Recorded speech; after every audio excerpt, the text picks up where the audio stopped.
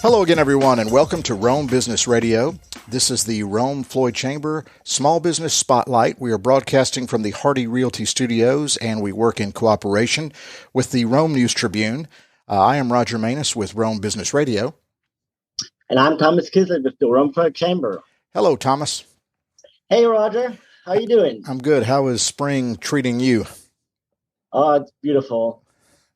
The pollen everywhere, you know, in my nose, in my eyes, in my throat, but we're getting there. But we do love what we refer to as the Chamber of Commerce weather, the old cliche. It's been great.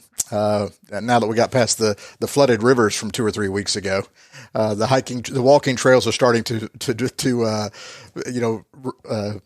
make themselves available again as the water has receded finally. So anyway, thanks everybody for joining us. Thomas, I know we want to talk about a great Rome Chamber event that's coming up Friday, April 23rd, both virtually and at the DeSoto Theater. If you want to touch on that event and tell us who our guests are, please, here in the Zoom room.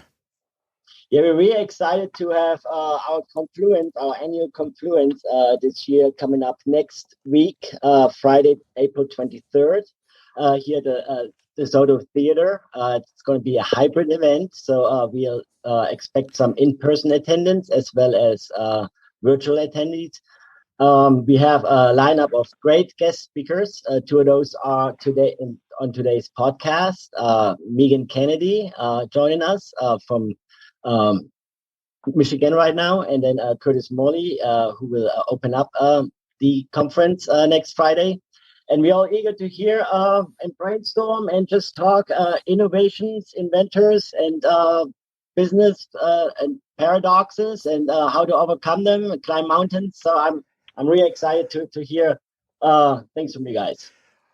Well, Thomas, before we get to them quickly, it's called Confluence. Can you just tell me how many years have we been doing this? Do you know? Roughly 20 years. Okay. And name changed 7 years ago or so.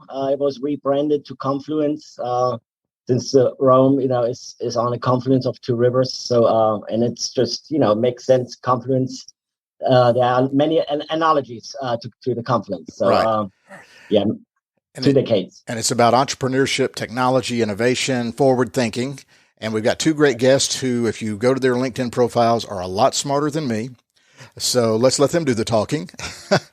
Hi, Meaghan. How are you? I am doing very well, and I don't think that's true, but it's very sweet of you. Well, I started reading bios, and I was like, okay, this is not sports. This is not movies. This is not podcasting. This is real good stuff. And Meaghan, you are technically with Orange Sparkle Ball. Is that the name of your business? What does that mean, and where did that come from, and What do you guys do? Oh, yes, we get that question all the time. I will answer what we do first, and then I'll come back to the silly answer for the name. We are an innovation and impact agency, and what that basically means is we help people who are trying to do something new or pivot. So we develop and accelerate new ideas. So that might mean we work with a large corporation trying to do pilots and incorporate new technology. It might mean that we work with a community group who's trying to do something new in the community. And then do you want me to tell you what the name is from? Well, sure. It's very catchy.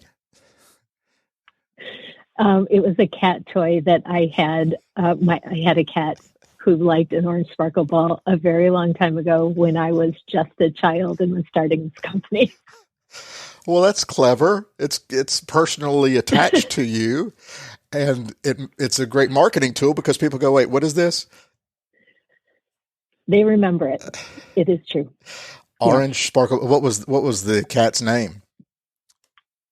Max. He stole it from me. I was doing a craft project, and he stole it and walked around crying with it in his mouth. So we talked about it a lot. All righty. Well, let's welcome Curtis to the show. We'll swing back to you, Meaghan. Curtis, you're in Utah, correct? And if I've got the most current title, you're with the Initiative on Technology at the University of Utah. You're the director of that. Is that correct? And it's the Kahlert Initiative on Technology, as well as the owner of the Entrepreneur's Paradox. Okay, so again, some of this was, I read your bio, went right over my head. What do you do and what do you teach there at Utah, and what do you do? So I recently released a book called The Entrepreneur's Paradox, which helps entrepreneurs to accelerate their business into a rapid growth company and really helps them reach new heights. And I've got a crazy audacious mission, and that is to help 1 million entrepreneurs achieve next level success. And so that's part of what I do. The other is I work at the Kahlert Initiative on Technology at the University of Utah, which helps students to integrate new age technologies into their degree. And it doesn't matter what their degree is. It could be business, dance, communications, English, sports broadcasting, doesn't matter. We help them integrate new technologies like artificial intelligence, virtual reality, blockchain, and Bitcoin, all sorts of different things into their degree so that when they hit the workforce, they're able to hit the ground running. All right, so this is way past emails and Facebook. Just a little. Just a little. Well, it sounds like both of you also are in the motivation business as well. Would that be safe to say? But using technology to not only help businesses maybe make a change in something, but to motivate them to do things differently with forward thinking. Is that fair to say, Meaghan? I think that is fair to say. I think anytime somebody runs into something that's a hurdle or a block, there's a bit of motivation that you need to help them get past that. And so that can be super subtle, or it can be much more, we can give gentle nudges, or we can give more forceful nudges. But helping them see past their block and see what the future can look like is a lot of what we do. And I think that's what I am interpreting your motivation insight as, which I thought was a great insight, by the way. So, well, thank you. Is that so a business comes to you and says, we're lagging behind our competition because we're using old software. We need to use new software. They come to you and say, we need your help, not only getting this installed and understanding it technologically, but how to help it maximize our business. Is that correct? Kind of, sort of. They may. Okay. Yes. And what I would say to them is that's a pretty big problem that probably has several different aspects to it. So I would encourage them to break it down into very specific use cases. And a use case is just defining a specific problem within the bigger problem. And so if we can get to a very specific problem, then we can go out and do a really low risk pilot that allows us to test some solution to that problem. And so it's almost like taking the big problem and breaking it down into smaller building blocks that you can tackle in a kind of much more achievable and quick way with low risk. Baby steps. Exactly. 100%. Well, let's, Curtis, on motivation, you had touched on that as well. I just kind of, is that something that's key to your message as well? Yeah, it's funny because one of the statistics that you look at the Bureau of Labor statistics, they say that 30% of businesses will go out of business in the first year, and 50% will go out of business within 5 years. And I don't believe that at all. I don't believe that businesses fail. I believe entrepreneurs quit. And the reason I say that is because any business can succeed when the proper business principles are applied to it. And getting entrepreneurs to work past the difficulties, work past the pitfalls. There's 16 pitfalls that I talk about in the book. Really motivates them to start climbing their own mountain and finding out what heights they really can achieve. Wow, this is interesting. Thomas, how did you come across these people to come to be part of Confluence? And tell us about perhaps some of the other guests that are going to be there as well. Well, it's all about networking and connecting with people, and I just applied what we do best at the chamber. We network and connect, and that's how I met Meaghan, and that's how I met Curtis. Curtis actually already had prior affiliation with Rome. He was on a podcast with a fellow journalist, Tony McIntosh, before. So that's how we were talking about that. And we thought, hey, that would be a great, speaker for our upcoming conference. And the same with Meaghan. We met through Mark Kaiser, who used to live in Rome. So it's just about networking and talking to people, listening to people.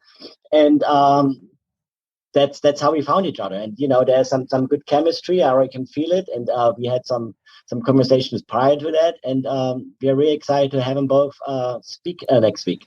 Now, Meaghan, I think you said on this Zoom you're in northern Michigan right now, but your business is Atlanta based. So you're normally in Atlanta. I go back and forth. The pandemic has been a bit of a disruptor. So I've been in Michigan much more. Wait, we had a pandemic? I had not heard. I'm teasing. Right. Right. So I'm from Michigan. So I grew up here, as we were talking about the Tigers earlier, but so I've been spending more time in Michigan during the pandemic, but the business is in Atlanta and has been for 20 years. I can't believe I just said that. Well, because you're affiliated with Georgia Tech somehow, I saw in your bio. Is that correct? Yes. So I have a weird background. I have a public health background and I went to Rollins School of Public Health at Emory, and then I went back to grad school at Georgia Tech, the College of Design. So we have a really hybrid kind of human-centered design focus approach. So we work both with Rollins a lot and we work with Tech a lot. They're both very close to my heart. Gotcha. Curtis, what is your background? I've been an entrepreneur most of my life. So I've started 5 different companies. I'm a patent holder. There's the whole trophy shelf that it's kind of embarrassing talking about, but since you asked, yeah, sure. So some of my companies have been on the Inc. 500, fastest growing company in Utah, 40 under 40, all of those fun awards. And how often and I guess I'll come back to Meaghan, how often do you guys get invited to speak at events like this? And do you enjoy it? Obviously you do, but because you're doing it for Rome, but how often do you get invited to speak and we love it. It's one of the things that we do a lot. And we get invited to speak. In fact, today I have 3 different speaking things, which was bad planning. But it's something that we really feel like is important. So we do a lot of speaking at different universities. We do a lot of speaking at community events around kind of innovation around community, touching on entrepreneurship, but also uses the same practices to do innovation within a company. So short answer, a lot. And Curtis? As far as keynotes go, about one a month, and then interviews, another podcast. It's 1 week I think I had 6 or 8 different radio interviews or podcasts. Have you ever been to Rome, Georgia, Curtis?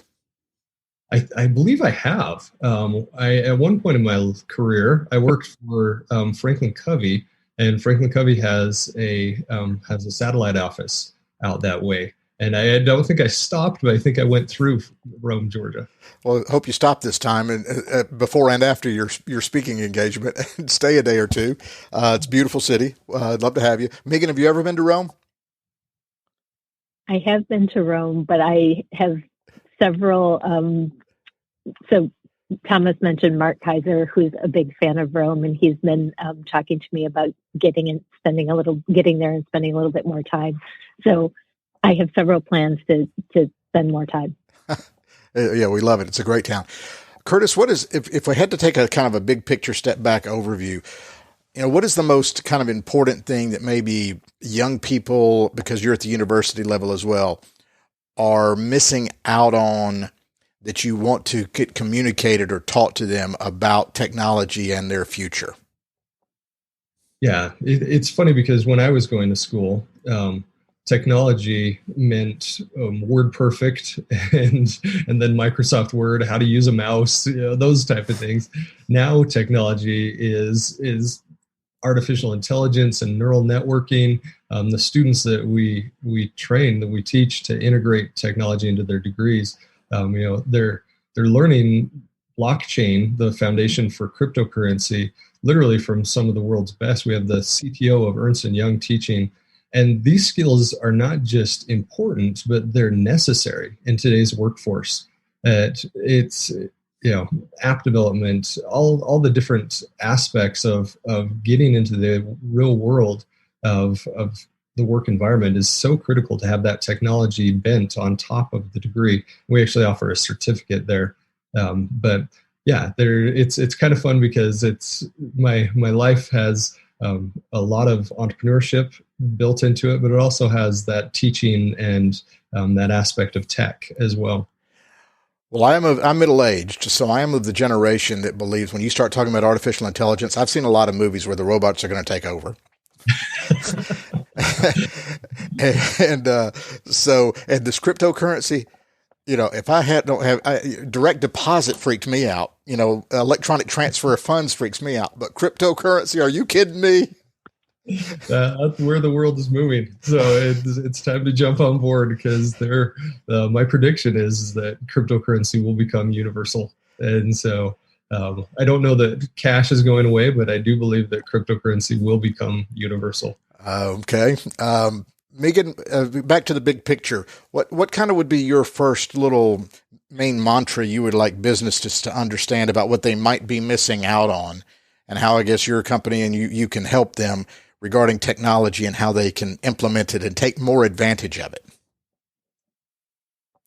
I think it goes back to that, how we were talking about kind of piecemeal the problem. Mm-hmm. So it's really daunting to think about a big problem. And, to Curtis's point, taking on a big problem and thinking I need to use AI to solve it is really daunting. But if I love what you're doing, working with college students to incorporate technology, because that basically leads right into equipping them to really not be overwhelmed by thinking you have to solve everything at once with the technology. So all that to say, being fine with solving a piece of your problem as long as it's moving you toward a solution, because you can then do an iterative kind of walk through pilots and adopt increasingly complex technology, or maybe you don't need that. But thinking about things as sections instead of a whole helps people not be overwhelmed by kind of the gravity of the movement or the problem. So I can just tell by the way you are very methodical about implementation. There's a process. You have to be. Yeah. Okay. Exactly. Yeah. Curtis, when I know I made light earlier of artificial intelligence because I have to make light of things I don't understand. It's just the sarcasm in me. What is artificial intelligence, and how will it benefit us? At the base level, artificial intelligence is truly just a set of commands that the computer uses to start parsing data and looking at pattern recognition. And so it really is just a very advanced computer program at the base level. And the way it helps us is, believe it or not, artificial intelligence is baked in already to almost all parts of your daily life. You pick up your cell phone, it's packed full of artificial intelligence. You go onto social media, LinkedIn, for example, if someone sends you a message on LinkedIn, the natural language recognition of the AI will actually go through and scrub the message and say, here's some suggested responses that make sense based on what that person just talked to you about. And you can select one of those. That's artificial intelligence. Self-driving cars is based on artificial intelligence. And actually, our students, they are programming self-driving cars. They're about the size of of a bread box. They're little remote cars, but in one semester, they're able to implement and program self-driving cars. And the artificial intelligence is actually coming much more accessible. There's interfaces, there's UIs that you can tap into that you don't have to program it. You can just benefit from the work of others. Is one level of artificial intelligence, as you mentioned it, at its core, it's a program, is something that's unique about it, or am I literally getting this from the movies? Does it learn? You mentioned in a sense, it does. In a sense, it does learn. Okay. It is programmed to be able to recognize patterns, basically, and it uses a set of instructions or algorithms to be able to do that independent of human thought, which is fun. Do I think they're going to take over? No, I think that it's kind of like us and butterflies. If they ever do get smarter than us, which they probably will, they'll probably look at us as butterflies. Just, there's that cute little thing over there, and they'll let us go about our way. I think you need to go watch the Terminator series of movies, Curtis. I don't know if you've seen Terminator, but Thomas, tell us more about the event itself. We know Friday, April 23rd. How can people sign up? What do people need to do? Well, you sign up and register through the chamber website. Floyd Chamber, RomeGeorgia.com is the website. But I want to add something to the conversation, if I may, if you still have a little bit of time. Oh, sure. What I like about our guests, our really young guests, is you surround yourself with even younger folks, So, the confluence is targeted towards, that really young crowd, the millennials, But I'm really excited to hear from you guys, what can we expect from the next generation, the Gen Z? They're about to enter the workforce. How do you have a like a feel how they take differently from the millennials? We kind of like learned how they work and take and think and play and live. What's your opinion on the next one? We'll start with you, Meaghan. Oh, that's sort of unfair, huh? I was going to say, Curtis works with the university students all the time. I'm going to give you some insights just from some of the speaking we do in undergrad programs, and then some of the interns that we talk to. I don't know this is different than millennials, but there's a level of self-awareness that's really helpful. So I often have much more kind of self-aware conversations with especially people who are thinking of interning with us, because the pace of our work is really fast. There's nothing is the same every day. So the job is not, you can't come in and depend on something being the exact same as it was yesterday. And I find as I'm talking to people about that, they're much more able to either select in or select out of that. Definitely than I was, which is just a lovely kind of transparency that we can have on both sides.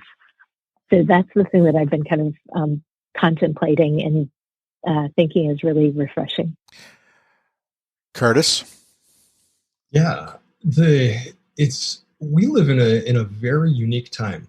We live in a time where the world is at a precipice, and things are changing on a global scale.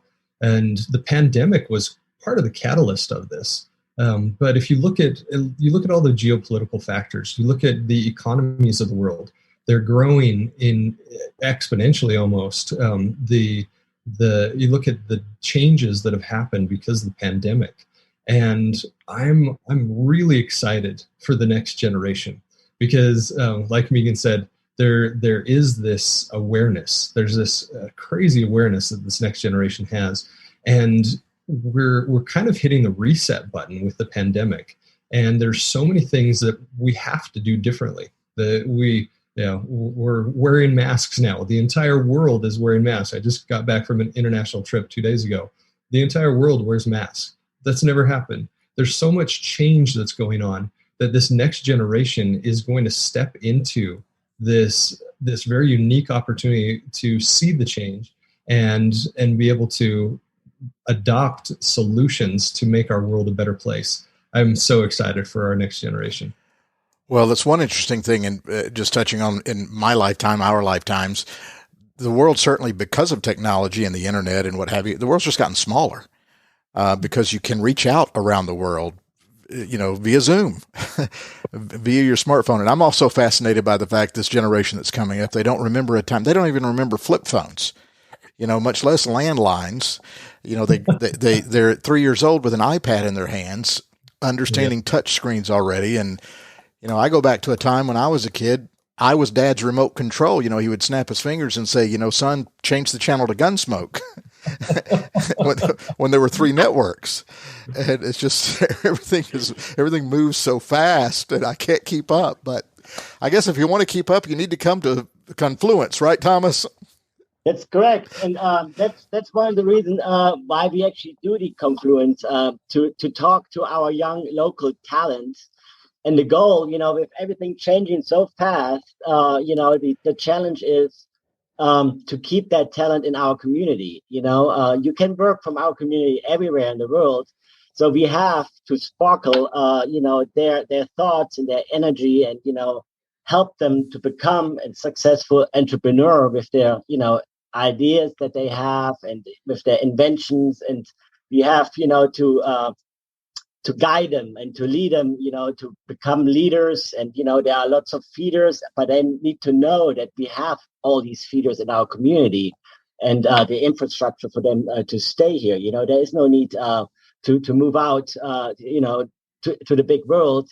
Everything is so close, and especially now, we see, people are moving out by the thousands daily from Manhattan and from Miami and finding smaller places like Rome. And we want to, take advantage of that and, use those the next generation to be a part of our growing population and community here. So, and I think you guys speaking here at Confluence next week, will help them to get, really excited about starting a business or, about thinking about their ideas. You don't even have to start a business. Sometimes it's just the idea and you don't, and, also, if you can be a well-established entrepreneur or workforce participant, you have an idea, just go for it. But what it takes, you guys have tools and we are very excited to have you next week. Yeah, I'm reflecting back on Curtis's line about entrepreneurs not failing as much as quitting. So that's a little line I'm going to remember. Contact information so people can follow you guys on social media, or if you have business websites, hopefully they'll either see you on Zoom or come see you in Rome at the DeSoto Theater Friday, April 23rd. But Meaghan, how can people find out more about Orange Sparkle Ball or communicate with you if they want to do some business with you? Thank you. Our site is probably the easiest. It's orangesparkleball.com, and there's that's a good idea. And there's a contact form, and so that's a really easy way. You can also find me on LinkedIn, and I will put the LinkedIn in the chat as well. And Curtis, contact information for you, website, etc., or your book. All of the above? You bet. So www.entrepreneursparadox.com will tell you about the book, about the methodology, about speaking, etc. You can also find me on linkedin.com/in/Curtis Morley and CurtisMorley, or Twitter. Yeah, my handle at Twitter is Speed Climb. So going up fast, Speed Climb. Catchy. Thomas, final thoughts? Final thoughts. First of all, if anybody is interested in Curtis's book, we have them. So come to the chamber and ask for the book. I'm reading it right now to do my homework.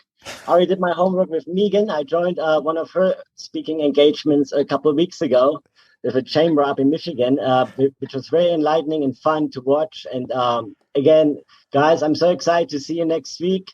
Looking forward to hear you. And if anybody wants tickets, go or register, go to romega.com. Call the Rome Floyd Chamber, and we still have a few tickets left. So excited for next week. Thank you, guys. Thanks. It's going to be a great event. Again, Friday, April 23rd. And before we go, I want to touch on one thing that we touched on before we just started taping, about our mutual respect and love of Dale Murphy, the great Atlanta Brave. Of course, with Curtis being based in Utah, and I noticed on LinkedIn, he and I should share Dale Murphy as a common connection. And come to find out, Meaghan, despite her Michigan background, loving the Tigers, everybody loves Dale Murphy. Everybody loves Dale Murphy. That's got nothing to do with anything, but we love Dale Murphy. All right. Thank you, everybody, for participating. It was fascinating. Friday, April 23rd will be a great event. Go to the Chamber's website to learn more or to sign up. Thomas, as always, a pleasure. Thank you, man. Thank you. And we will see you guys next Friday, April 23rd. For the Rome Chamber Small Business Spotlight, I'm Roger Manus. We are broadcasting from the Hardy Realty Studios, and we work in cooperation with the Rome News Tribune. You have been listening to the Rome Floyd Chamber Small Business Spotlight. Thank you so much.